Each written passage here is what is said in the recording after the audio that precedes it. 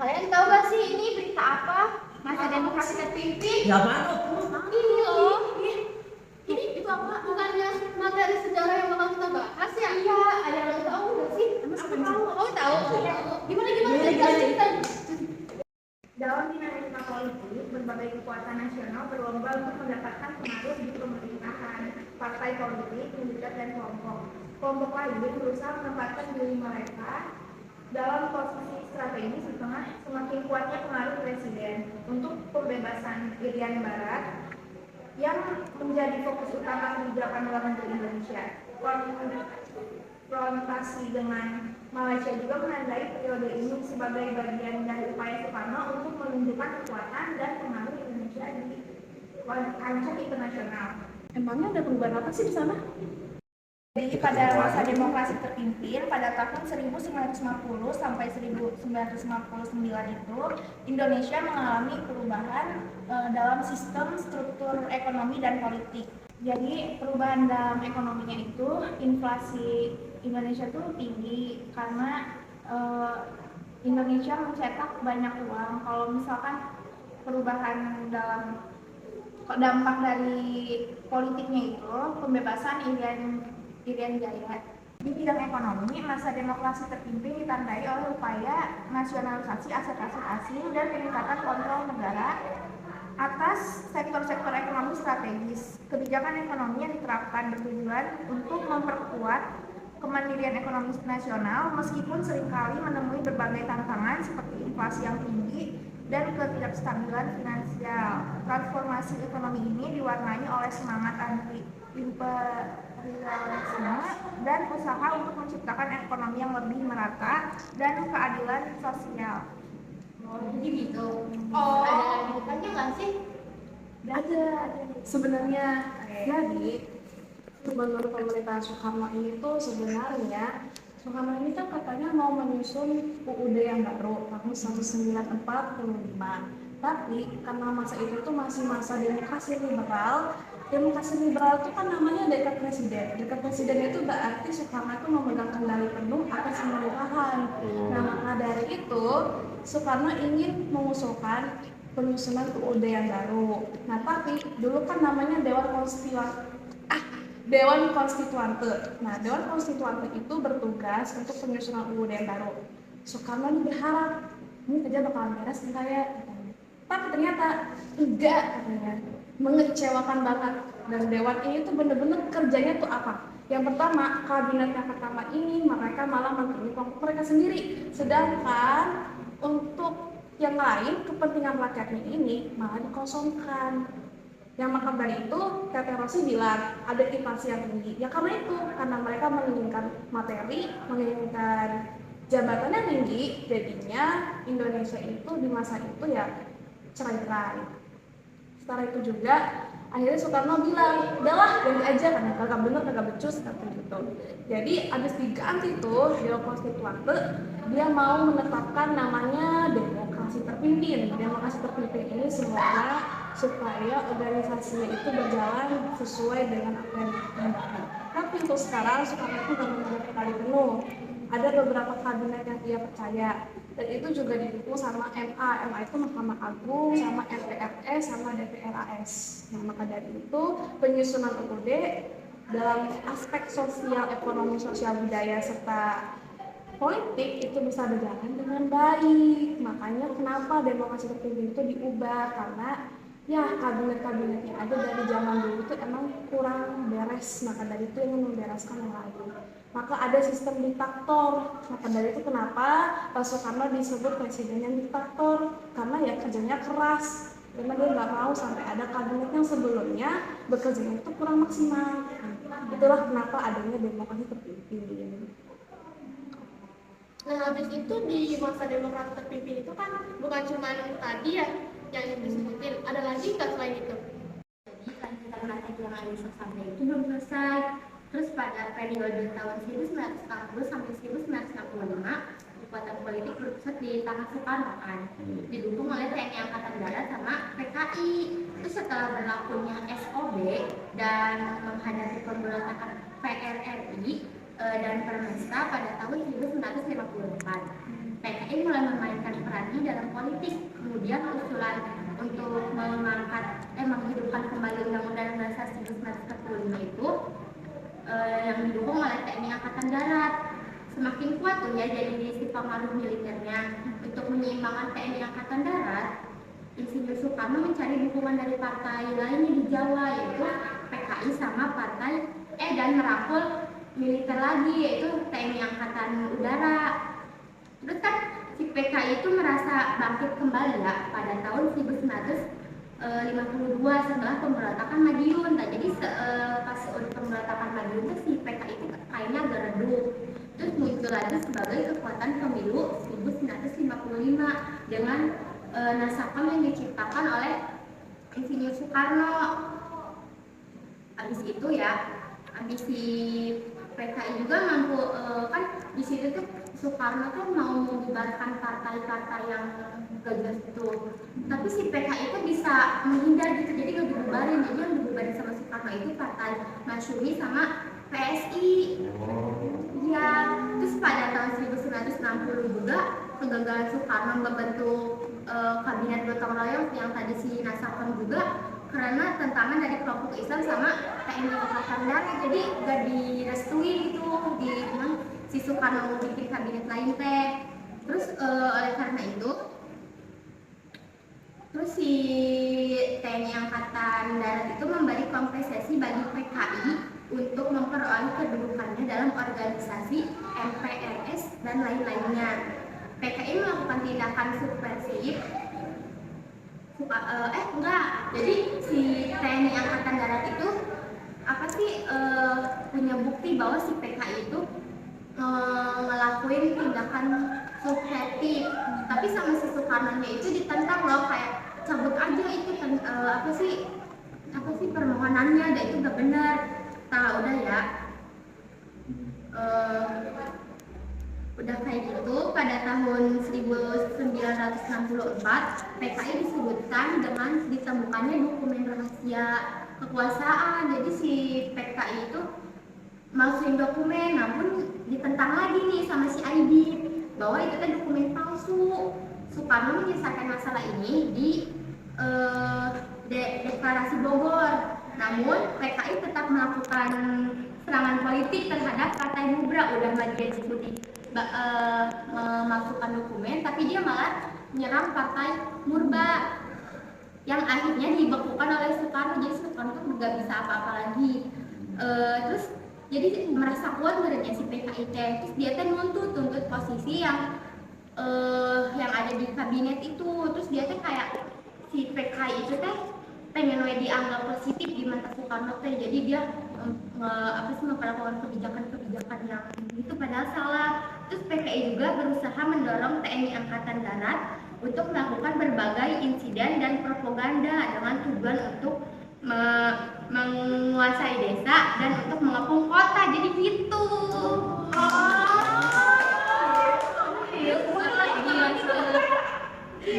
Iya, banget tuh. Ya kan? Tapi di sini aku juga masih bingung loh. Masih ada gak sih yang lainnya gitu? Kayaknya ini gak cuma sampai sini. Pasti bisa dilanjutannya ya? Iya, apalagi tadi ini di masa demokrasi terpimpin itu dari 1900 berapa tuh ya, nyampe puluhan tahun gitu. Iya kan, gak sebentar itu. Pasti cuma Ada lagi gak yang tahu? Ada lagi gak? Tak, kayaknya si Rahmat punya materinya ini mah ya. Tapi bentar dulu, itu si Ayah panggilin. Oh iya. Rel. Wah, ada apa nih? Lagi bahas apa? Ada, kita kan lagi bahas ini nih tadi tentang demokrasi terpimpin. Tadi udah dijelasin nih sama si Rosida, terus sama si Elisa, terus sama si Amal. Tapi si Amalnya sekarang kenapa nih? Mana? Tapi kalau ngomong ini, bener nggak bahasannya tadi? Kalau aku sih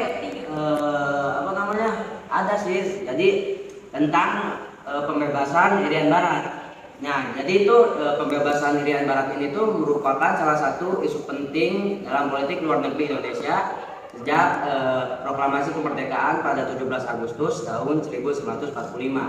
Nah, dalam perundingan KMB atau Konferensi Meja Bundar pada tahun 1950, penyerahan Irian Barat ini tuh ditangguhin. namun dengan janji harus selesai dalam waktu 1 tahun melalui perundingan antara Indonesia sama Belanda. Nah, namun diplomasi bilateral antara Indonesia sama Belanda itu tuh gagal. Karena hal ini, terus Indonesia tuh melaporin masalah ini ke Majelis Umum PBB. Namun masalah ini juga nggak ada hasilnya. Sebagai responnya tuh Indonesia mereka tuh ningkatin upaya diplomasi aktif melalui Konferensi Asia Afrika. Nah, di Konferensi Asia Afrika ini tuh mereka tuh berhasil dapetin dukungan internasional untuk perjuangan Indonesia. Nah, setelah hal itu setelah 1 dekade tanpa hasil, Indonesia tuh mutusin buat melancarkan aksi pembebasan Irian Barat, termasuk pengambil alihan perusahaan-perusahaan Belanda yang ada di Indonesia. Nah, karena pengambil alihan ini tuh hubungan Indonesia sama Belanda tuh jadi tegang, terutama setelah Indonesia tuh mutusin hubungan diplomasi sama Belanda pada 17 Agustus tahun 1960. Dan itu juga masih ada upaya-upaya lain yang dilakukan oleh Indonesia. Salah satunya itu pada tanggal 30 September 1960, Presiden Soekarno melakukan pidato di sidang umum Majelis PBB, yang dimana pada pidato ini Presiden Soekarno menegaskan kembali bahwasannya upaya untuk mengembalikan Irian Barat ke pangkuan Republik Indonesia. Nah, judul dari pidato ini yaitu membangun dunia kembali. Setelah pidato ini dibicarakan, memberikan dampak yang dimana dampak tersebut yaitu dibukanya kembali perdebatan Irian Barat yang berisi usulan bahwasannya Irian Barat akan dikembalikan lagi ke PBB. Nah, Indonesia setuju dengan usulan tersebut, namun berbeda dengan Belanda. Belanda berkeinginan untuk membuat negara di Papua. Nah, ketika Soekarno mendengar ucapan ini, Soekarno bertindak lebih lanjut, yaitu untuk lebih tegas, yaitu mengeluarkan usulan tentang konfrontasi militer. Nah, konfrontasi militer sendiri ini bertujuan untuk mencari bala bantuan senjata ke luar negeri. Nah, pada awalnya operasi militer ini dilakukan atau mencari bala bantuan di negara blok barat, yaitu Amerika Serikat, namun tidak mendapatkan hasil yang memuaskan, yang kemudian dialihkan ke negara blok timur, khususnya Uni Soviet. Nah, melihat perkembangan militer Indonesia, Belanda mengajukan protes kepada PBB, di mana Indonesia telah melakukan agresi, tetapi Belanda juga melakukan penguatan di Irian Barat, yang dimana mereka mengarahkan bala bantuan, contohnya seperti mengarahkan kapal.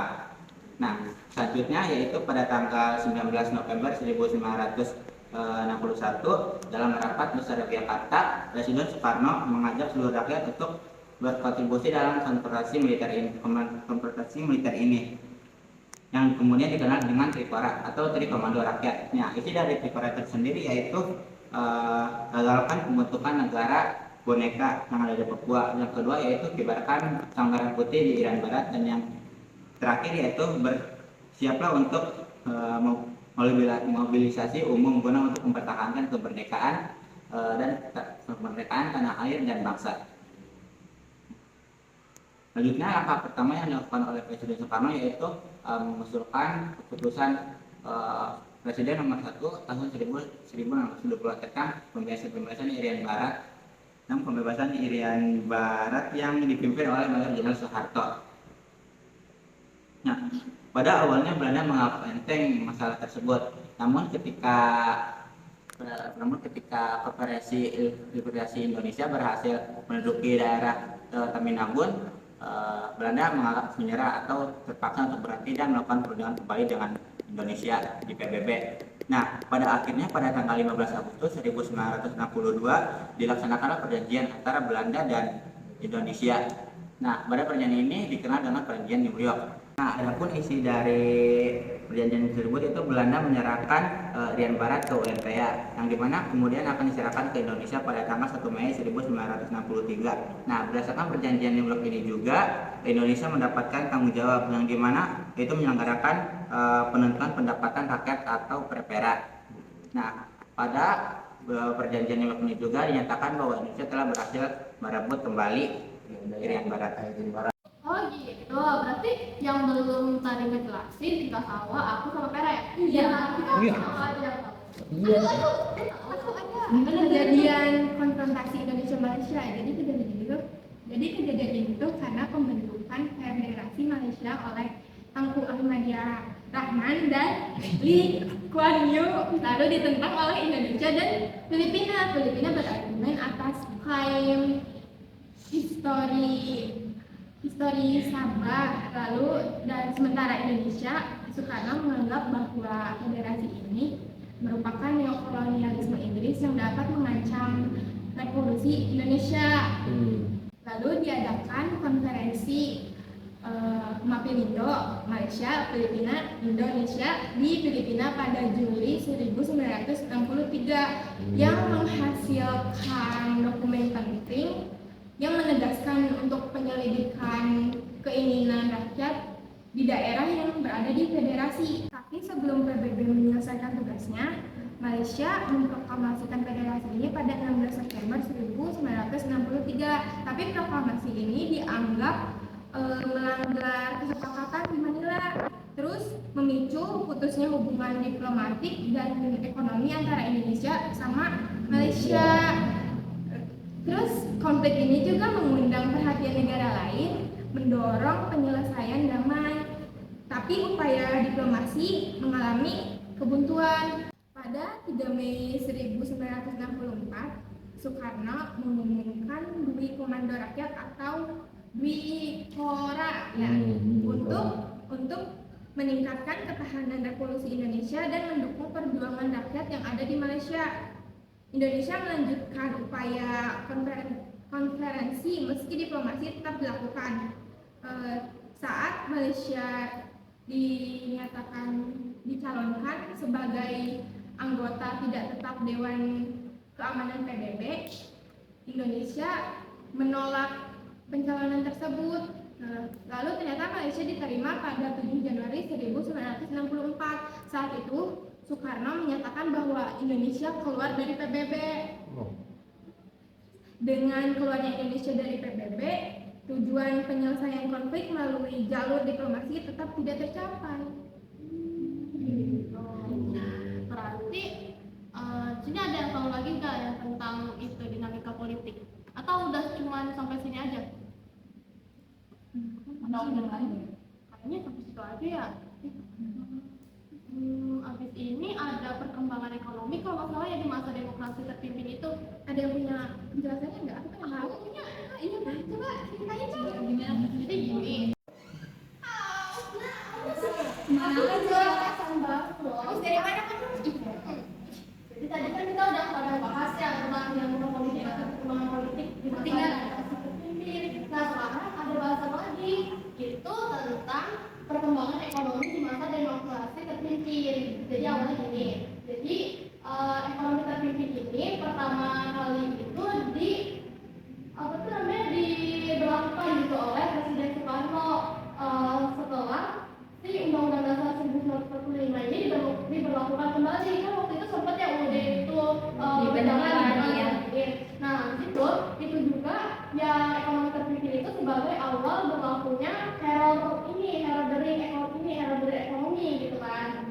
Nah di situ peraturan ekonomi ini itu kayak menggunakan sistem komando gitu. Nah habis itu dasar dari peraturan ekonomi ini didasari oleh sikap dan kemandirian ekonomi atau disebut juga berdiri di kaki sendiri gitu. Nah jadi bisa kita simpulin nih alasan Presiden Soekarno itu menerapkan ekonomi terpimpin ini buat memperbaiki kondisi perekonomian yang ditinggalkan dari masa demokrasi liberal. Kan sebelum demokrasi terpimpin ini ada demokrasi liberal gitu. Nah ini memperbaiki ekonomi dengan ekonomi terpimpin. Nah habis itu salah satu langkahnya itu untuk memperbaiki itu dengan membentuk Depernas atau Dewan Perancang Nasional. Nah jadi Dewan Perancang Nasional ini disusun di bawah Kabinet Karya pada tahun 1959, tanggalnya itu 15 Agustus. Nah di situ pada tanggal 17 Agustus 1959 Presiden Soekarno itu kayak memberikan program kerja gitu kepada Depernas ini gitu. Yang intinya ini tuh kayak buat apa ya? Melaksanakan segala perencanaan gitu, nasional gitu. Nah, di situ pada tahun 1963 itu si Depernas ini diganti nama jadi Bappenas. Tapi sebelum diganti itu dia pernah menjalankan program kerja. Walaupun tadi udah dibahas program kerja ya sama Presiden Soekarno, tapi dia juga pernah menjalankan program kerja. Nah, program kerjanya itu namanya Pola Pengembangan Nasional yang biasa disebut Pola Pengembangan Semesta Berencana. Nah, si Pola Pengembangan Semesta Berencana ini terdiri atas blueprint di pola, yaitu pola proyek pembangunan, terus juga ada pola apa tuh namanya? Ada tahu nggak? Pola biru kan blueprint. Bukan. Jadi blueprint di pola itu ada 3 pola gitu kan. Jadi ada pola proyek pembangunan, terus ada pola pembiayaan pembangunan, dan juga ada pola penjelasan pembangunan. Ada 3 berarti ya? 3 pola, makanya disebut tripola gitu kan. Nah, itu di tahun 1963 itu kan Bappenas baru tuh diubah jadi Bappenas. Bappenas ini kayak badan sama aja badan pengembang, badan apa tuh namanya? Ada tahu nggak? Pengembangan. Salah, badan perencanaan pembangunan nasional gitu. Nah, selain dari itu juga ada juga yang namanya devaluasi mata uang. Gitu. Jadi di ekonomi terpimpin itu bukan cuma sekadar yang tadi yang sebutin, tapi ada juga devaluasi mata uang. Nah, devaluasi mata uang ini kayak dia itu bertujuan untuk mengurangi uang yang beredar. Kalau istilahnya itu kayak inflasi gitu loh. Nah, jadi kalau misalkan yang 500 rupiah itu sampai 1000 rupiah diturunin 10%. Yang tadi 500 rupiah jadi 50 rupiah. Yang tadi 1000 rupiah jadi 100 rupiah gitu. Nah, di sini ada sambungan dari tadi aku tahu sih bro. Pasti ada sih, soalnya Aku kuliah tentang ini deklarasi ekonomi. Ada yang udah tahu belum? Nah, jadi aku tahunya tentang deklarasi ekonomi atau yang biasa disingkatnya itu Dekon. Nah, iya, Dekon. Nyambung lah. Deklarasi ekonomi ini adalah sebuah strategi dari pemerintah Indonesia untuk mengatasi perekonomian di Indonesia pada masa demokrasi terpimpin pada tahun 1959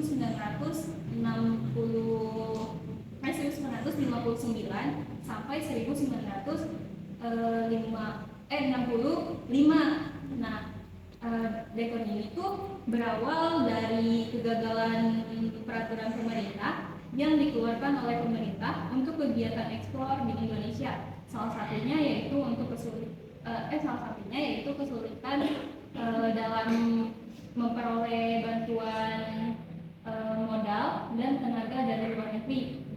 Nah, terus pada masa Dekon ini pemerintah membentuk panitia 13. Nah, ada ahli ekonomi, ahli politik, terus ketua MPPR, ya kan? MPPR ya? MPRS, MPRR, ya kan? MPR. Nah itu, terus ketua DPR sama ketua DPA kalau nggak salah. DPA, ya. Nah, lalu Presiden Soekarno ini meresmikan Dekon ini, deklarasi ekonomi ini pada tanggal 28 bulan Maret tahun 1963. Nah, dengan tujuan yang pertama itu adalah untuk menciptakan ekonomi yang bersifat nasional, demokratis, terus dan bebas dari sifat-sifat imperialisme. Ada 2, bukan itu masih 1. Nah, terus habis itu yang keduanya itu mencapai tahap ekonomi sosialis Indonesia dengan cara terpimpin. Nah, pemerintah Indonesia ini menyatakan pelaksanaan ini dengan sebutan berdikari. Nah, tadi ada yang masih ingat nggak? Berdiri di KPI. Nah, kayak gitu. Terus tapi pada akhir dari Dekon ini tuh gagal karena ini tuh gagal kan? Nggak tahu, kenapa? Nah, jadi ini tuh gagal karena ekonomi Indonesia ini semakin turun terus gitu. Nah, terus ada 3 faktornya. Yang pertama itu tidak terwujudnya pinjaman dari IMF. Ada yang tahu IMF itu? Iya. Oh enggak. International Monetary Fund. Oh, internasional Monetary fund. Ya. Nah, terus yang kedua itu karena perekonomian terganggu, pemutusan hubungan secara diplomatik dengan Malaysia. Nah, yang terakhir ini, yang ketiga, yaitu konfrontasi dengan Malaysia dan Belanda yang memperparah penurunan perekonomian di Indonesia. Jadi yang tahu kayak gitu sih. Nah, jadi pada akhirnya tuh deklarasi ekonomi ini gagal. Kayaknya segitu aja ya. Nanti walaupun segitu aja tapi berat banget sih buat saya. Iya benar. Kayak perjalanannya tuh panjang banget. Jadi kayak gitu. Sempat ada pengen dipandang baik ya kan tadi. Ya iya itu si PKP bukan baik sama. Iya tadi bukan. Iya. Tapi berarti kita cari tahu dulu nih di masa demokrasi terpimpin itu ada dari berapa tahun ke berapa tahun sampai perjalanannya panjang banget. Coba kita cari. Berapa sih? Ya. Berapa ya? Biar yang mana tahu gak sih? Pada masa demokrasi terpimpin tahun berapa? Lama. Oh iya. Oh dari 1959 sampai 1966. Itu lama banget sih. Berapa sih kak? Ada 10 Iya. Tapi ada Cuma baca di beberapa sumber itu tidak beda gitu loh tahunnya. pasti beda. Coba kita cek. Oh, jadi itu kayak pertengahan 1965 ke